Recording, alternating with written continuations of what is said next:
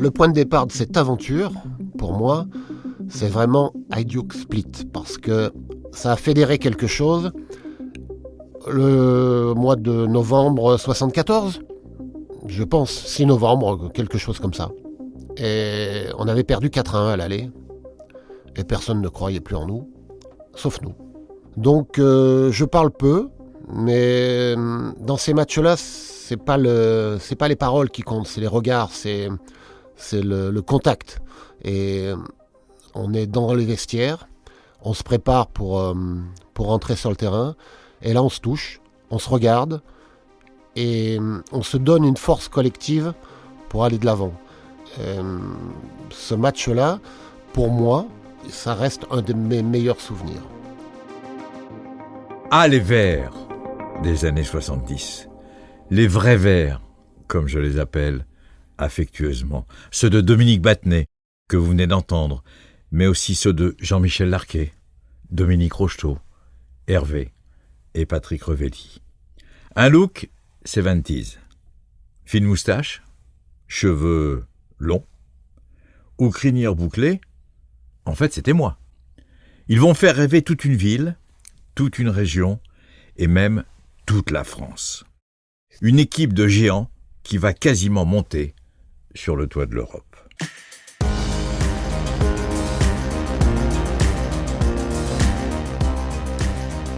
Je m'appelle Jacques Vendroux et dans ce podcast, je mets à l'honneur un homme, une équipe, une aventure. Pour cet épisode, l'homme, c'est donc Dominique Battenet, dont le tir puissant échoua sur les légendaires poteaux carrés en finale de cette Ligue des Champions contre le Bayern de Munich. Et l'aventure, c'est l'épopée européenne de 1976. On sait qu'on a une importance dans la ville parce que la Saint-Étienne est quelque chose d'important. On sait qu'on a un rôle social dans cette ville, dans des moments un peu difficiles. Si il y a Manu France qui va pas très bien, il y a plein de choses qui se passent et qui sont compliquées pour tous les Stéphanois. Et nous, on leur apporte cet espoir de dire rien n'est impossible. Tout le monde est conscient qu'on tire dans le même sens. Et tout le monde a envie d'aller de l'avant, de faire le mieux possible.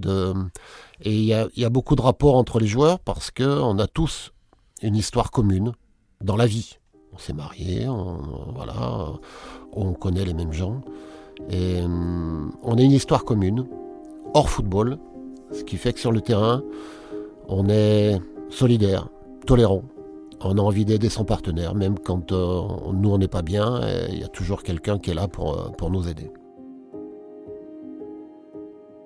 En cette fin d'année 75, il y a deux personnages incontournables à la tête de cette équipe stéphanoise. D'abord, un homme avec sa pipe légendaire, toujours à la bouche. C'est un ancien mineur, devenu industriel et président surtout de l'AS Saint-Étienne. Il s'appelle Roger Rocher. Et puis, il y a celui que tous les joueurs appellent Roby. C'est bien sûr l'entraîneur Robert Herbin. Robert Herbin, il me fait confiance. Il me dit pas grand-chose, mais il me fait confiance. Il sait que il peut compter sur moi. Lui, il a compris qu'il fallait faire autre chose au niveau d'entraînement. On doit avoir une préparation athlétique différente. Nous, on fait pas de footing. On fait des séances assez complètes, physiquement. On a des journées bien remplies. Donc Robert Herbin a décidé de faire quelque chose qui ressemble à des athlètes de haut niveau. Et je sais que Guy Drut, une fois, était venu s'entraîner avec nous. Et il nous dit, vous êtes quand même des fous. Roger Rocher, président de l'AS Saint-Étienne depuis 62-63, décide, récupération. On part en avion le matin, on rentre le soir, le lendemain, on dort chez nous, le lendemain, on est à l'entraînement, on est en récupération. On limite les trajets, on se donne les moyens, on est un grand vestiaire, très bien organisé. On a un sauna, on a 2 piscines, on a un jacuzzi, on a un docteur à temps complet, on a 2 kinés, on a quelqu'un qui s'occupe de nos équipements.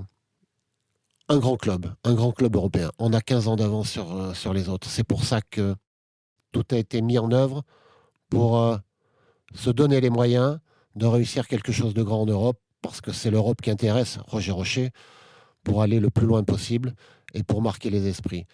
Tout ça fait que on est dans un club qui est structuré, organisé. On n'a plus qu'à penser à la performance. À l'époque, toutes les rencontres de Ligue des Champions sont à élimination directe. Ça change tout pour les joueurs et pour les 30 000 spectateurs du stade Geoffroy-Guichard. Grâce à ce fabuleux public, les Verts passent sans problème, en fait, les 2 premiers tours et en quart de finale, ils doivent se rendre en URSS. À l'époque, le Dynamo de Kiev est considéré comme la meilleure équipe du monde. Il fait un froid polaire, la neige menace et la rencontre est déplacée en Crimée. Simferopol, je ne sais pas où c'est. Personne ne sait où c'est. Donc, on arrive à Simferopol, c'est au mois de mars. Bon, c'est encore l'hiver, il ne fait pas très chaud.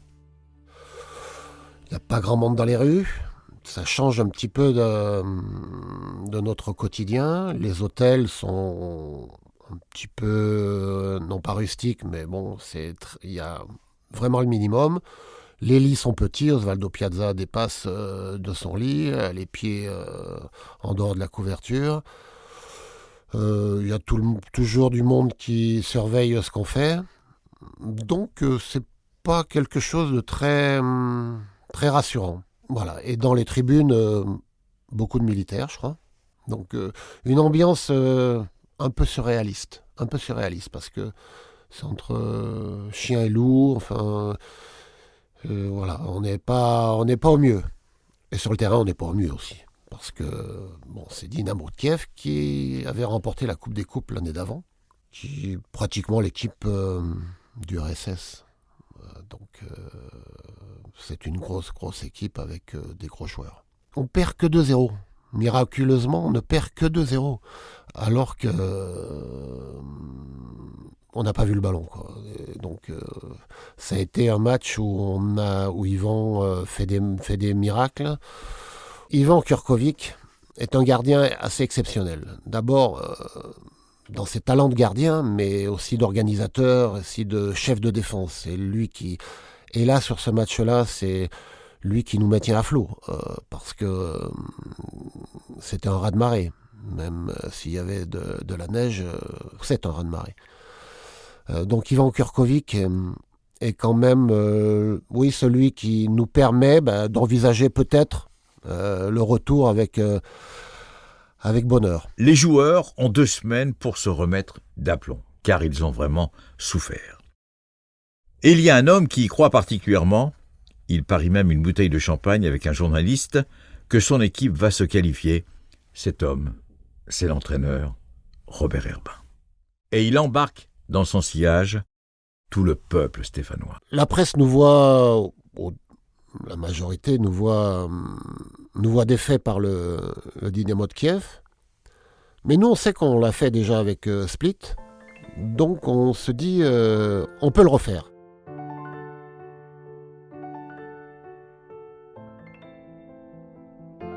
Et ça, c'est dans la tête de tous les joueurs, c'est dans la tête du club.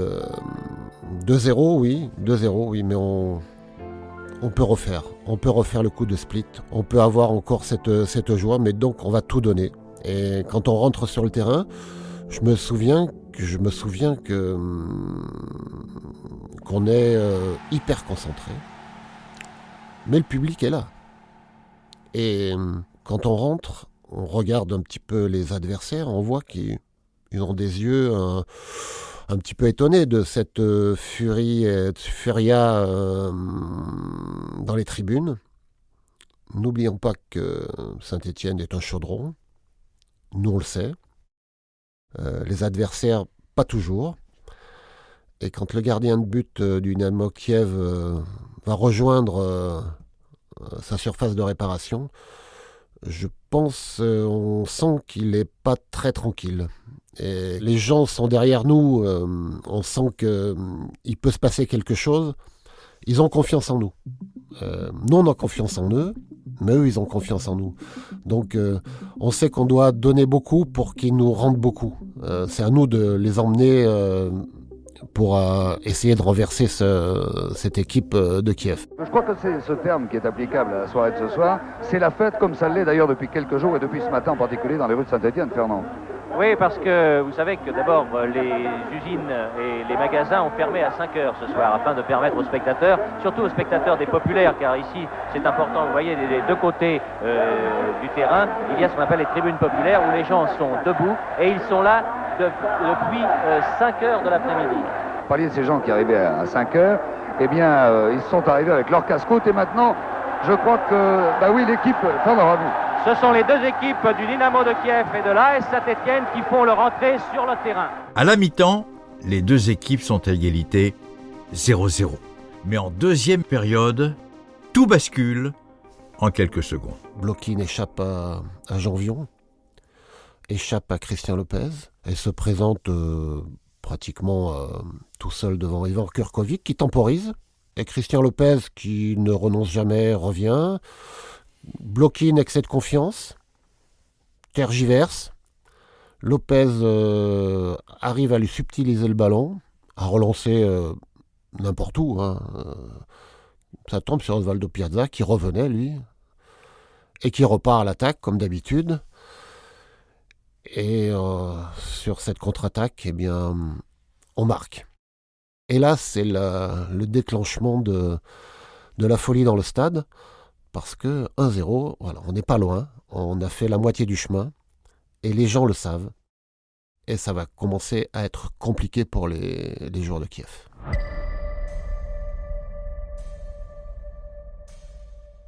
Après 90 minutes, 2-0, donc prolongation. On reste sur le terrain, tout le monde est épuisé, Jean-Michel a des crampes, Dominique Rocheteau aussi.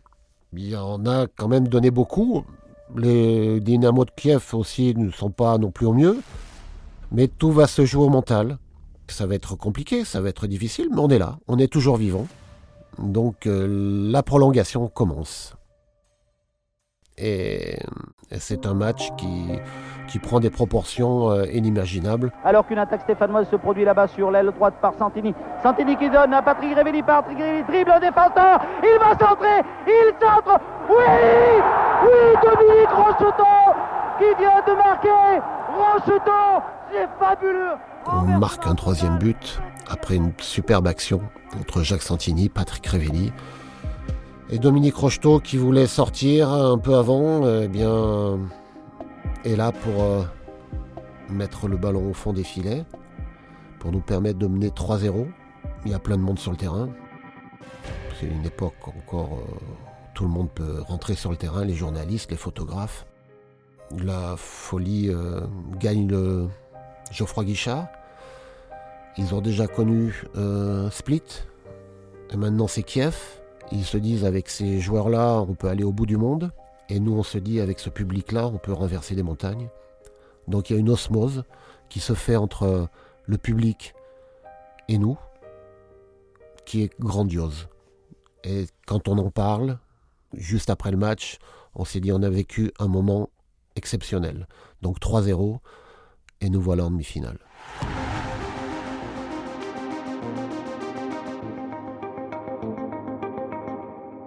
On est en demi-finale, mais on n'a rien gagné. On a juste gagné le droit d'être en demi-finale. Et pour nous, c'est pas suffisant. Donc on est conscient, on est heureux, mais on est mesuré. C'est aussi quelque chose, un match fondateur de quelque chose. Et nous, on est dans ces vestiaires-là, on est tous ensemble, on est heureux ensemble, mais des fois les plus grandes joies sont silencieuses. En ce printemps 1976, les Verts de Saint-Étienne s'apprêtent à défier Eindhoven pour une place en finale. Au match aller, les Néerlandais s'inclinent 1-0 à Saint-Étienne, mais les joueurs bataves ont le cuir dur et les attaquants sont quand même très redoutables. Belle ambiance, mais on sait qu'il y a Ekström devant, Edström, qui fait 2 mètres. Et puis une fois, il nous a échappé, mais il n'a pas échappé à Ivan Kurkovic, qui en sortant, eh bien, lui Il lui a un petit peu sonné les cloches. Donc Edström est un peu dans le pâté parce que Ivan Kurkovic l'a percuté. Ce qui fait que ce joueur-là sort et ça nous enlève une grosse épine du pied. Et c'est ce match-là, pour moi, qui est mon meilleur souvenir, avec Split. Mais celui-là, c'est mon meilleur souvenir parce que ça a été un match de la solidarité. Ça a été un match où tout le monde a été au bout de lui-même. C'est pour ça que c'est une victoire collective. C'est une qualification collective. Il n'y a pas un joueur qui ressort de là. On est vraiment heureux. Je me souviens de Jean-Michel, de Dominique, de Jacques Santini, de Patrick Révelli, de Christian Lopez, Osvaldo Piazza. On est heureux. On est heureux d'être ensemble. On est heureux d'avoir réalisé, non pas cet exploit, parce que maintenant on ne peut plus parler d'exploit, mais on est heureux d'avoir combattu tous ensemble, d'être allés jusqu'au bout de nous-mêmes. Et je crois que ça, c'est le plus important. Donc le retour est quand même très, très joyeux, jusqu'à l'arrivée à Boutéon, où les gens nous attendent. Nous, on arrivait en petit avion, hein, c'est comme d'habitude. On arrive en petit avion. Et les gens n'attendent pas que l'avion s'arrête.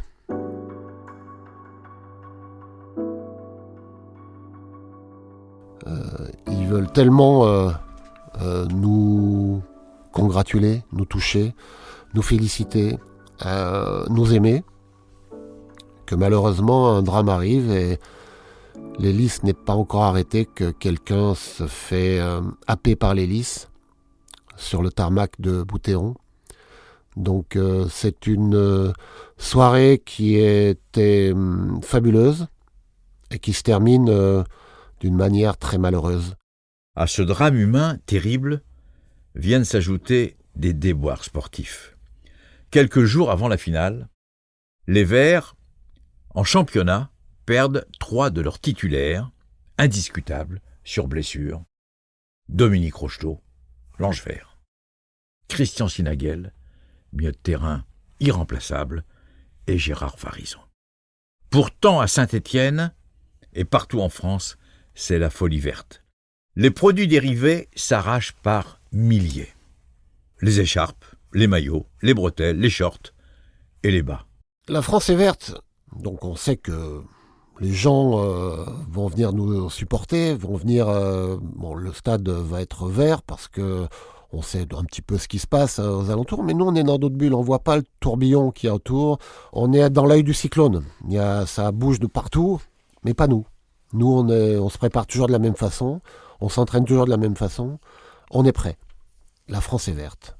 Et quelle belle couleur, parce que c'est la couleur de l'espoir. La ville de Saint-Étienne et l'équipe de Saint-Étienne véhiculent ces valeurs-là, de solidarité, de labeur, de sueur, des mines, voilà. Donc tout le monde se reconnaît dans cette équipe-là. Et je ne veux pas dire qu'on représente la France, mais pratiquement, on sait qu'on a un grand rôle à jouer et qu'on va le jouer au mieux ce 12 mai 1976 à Glasgow. Se retrouver là, c'est déjà beau. Allez, qui c'est les plus forts? Évidemment, c'est les Verts. On a un bon public et les meilleurs supporters. On va gagner, ça c'est juré. Allez, allez. On avait perdu en demi-finale contre le Bayern l'année d'avant. On a envie de prendre notre revanche. Et on est prêt à rentrer sur le terrain avec nos shorts noirs. Certains disent c'est pas bien. Vous savez, il y a toujours de la superstition dans les équipes sportives. Donc shorts noirs, c'est pour la télé, parce que les couleurs sont pas toujours au top à cette époque-là. Donc voilà, on est là, on est prêt. Moi, je joue sous infiltration. Et Dominique Rocheteau est remplaçant parce qu'il est blessé aussi. Et on ne sait pas très bien ce que ça peut donner. Donc le match démarre avec des tribunes, je ne vais pas dire complètement vertes, mais pratiquement. Un peu de rouge de temps en temps. Les Écossais sont pour nous.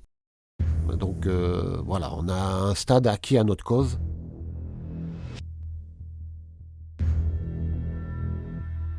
« 34e. Je récupère ou j'ai un ballon au milieu de terrain et comme d'habitude, j'essaye d'aller le plus loin possible. J'élimine Franz Beckenbauer. Et puis, comme j'ai confiance quand même dans ma frappe, eh bien je frappe. Et ce ballon va percuter le poteau qui revient sur Hervé Révelli qui se précipite un peu, ou il ne sait pas très bien où il en est, donc il veut faire une tête et qu'il met dans les bras de Sepp Maier. Donc voilà, déjà première alerte qui nous met en confiance. Et puis, 5 minutes après, Christian Saramagna, centre, et Jacques Santini qui se retrouve au premier poteau, place sa tête, tout le monde voit le but, et poteau encore. Donc 2 poteaux en 5 minutes. Certains peuvent se dire on n'a pas la chance avec nous aujourd'hui, mais nous ça nous donne encore un peu plus d'allant et de volonté. Mais c'est vrai que 2 poteaux en 5 minutes contre le Bayern de Munich, ça se retrouve pas tout le temps. La légende des poteaux carrés est née. Ce soir-là, les Verts ne marquent pas et c'est le Bayern qui s'impose 1-0. On est battu en finale et la tristesse se voit sur tous les visages. Jacques Santini, Jean-Michel Larquet, Gérard Janvion. Malgré la rentrée de Dominique Rocheteau en fin de match, on n'a pas pu renverser la vapeur. Donc tous ces joueurs-là sont très tristes, ça pleure. Et on regarde les joueurs allemands, les Munichois, soulever la coupe. Et on a quand même beaucoup de tristesse dans notre cœur parce que c'est le dernier match et on n'a pas pu gravir cette marche-là. Donc beaucoup de tristesse. On le voit à la fin aussi au repas, à la soirée, dans une grande salle où il n'y a pas beaucoup d'ambiance, où l'ambiance est un peu glaciale parce que tout le monde sent qu'on est passé à côté de quelque chose de grand. Et si ces poteaux n'avaient pas été carrés, peut-être qu'on aurait été champion d'Europe, mais personne ne peut le dire, donc laissons la légende où elle est. Pourtant, le lendemain, plus de 100 000 personnes acclament les héros malheureux, une organisation dont j'ai été au départ. J'ai été voir Roger Rocher, le président de l'AS Saint-Étienne. Je lui ai dit « Président, si vous faites un petit crochet par Paris après la finale ?» Il me répond « Quoi qu'il arrive ?» Je réponds « Quoi qu'il arrive ?» Nous voilà sur les Champs-Élysées avec une foule immense, énorme. On ne s'attend pas à ça parce que on a quand même perdu. On n'est pas champion d'Europe. Et les gens nous témoignent beaucoup d'amour. Beaucoup d'amour, et tout au long de la descente des Champs-Élysées, dans nos voitures décapotables. Moi, je suis avec Dominique Rocheteau, qui est l'idole de toute une jeunesse. Et c'est vraiment quelque chose de grand, mais nous, on a quand même beaucoup de tristesse dans notre cœur parce qu'on a perdu. Et donc, on apprécie ce moment-là, mais peut-être pas comme on aurait pu, on aurait dû ou pu, si on avait gagné, l'apprécier. Donc on est entre 2 sentiments. Mais ça fait plaisir quand même de voir tout cet amour des supporters parisiens, parce qu'on est à Paris. On se rend compte que tout le monde nous aime. On va voir le président de la République, qui est Valéry Giscard d'Estaing. Le match, c'est un très beau match, avec naturellement le sort du sport, et quiconque a pratiqué un sport sait qu'il y a toujours un impondérable, un risque ou une chance, qu'on n'en est pas entièrement maître. Ce qui était frappant, c'est que l'équipe a fait tout ce qu'elle pouvait pour que la chance soit de son côté, si elle pouvait l'être. C'est quand même quelque chose d'important, mais ce qui nous tenait à cœur, c'est d'arriver à Saint-Étienne et d'aller au stade et d'aller saluer notre public. Parce qu'ils sont là, il y a 20 000, je crois, dans le stade. Et on les salue. Et c'est un moment fort pour moi, parce que c'est encore une communion. Et le sport n'est que ça, c'est communion entre les gens, entre les supporters, entre les acteurs, c'est-à-dire les joueurs. On est là pour donner du bonheur, on est là pour partager quelque chose. Le sport, c'est le partage. Et on a tellement partagé avec eux pendant tous ces 2-3 ans. On a vécu des bons moments, des moments difficiles, mais tout le monde a été présent. Et pour moi, c'est un des grands souvenirs, c'est ce partage avec tous ces supporters et tout cet amour qu'ils nous ont donné et toute cette joie qu'on leur a apportée. Parce que c'est une ville qui s'en est sortie comme ça, donc ils nous aiment. Et la France entière nous aime parce qu'il n'y a pas de clivage. Il n'y a pas de clivage parisien, marseillais, c'est Saint-Étienne. Et on le voit encore maintenant. Il y a beaucoup d'amour de pas mal de gens.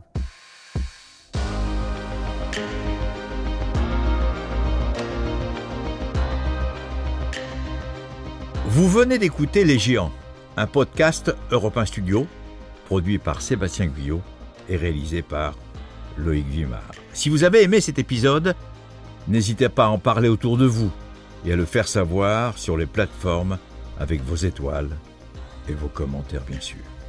Le sport professionnel comme le sport amateur sont à l'honneur dans ce podcast. Alors, à très vite pour de nouvelles aventures de géants.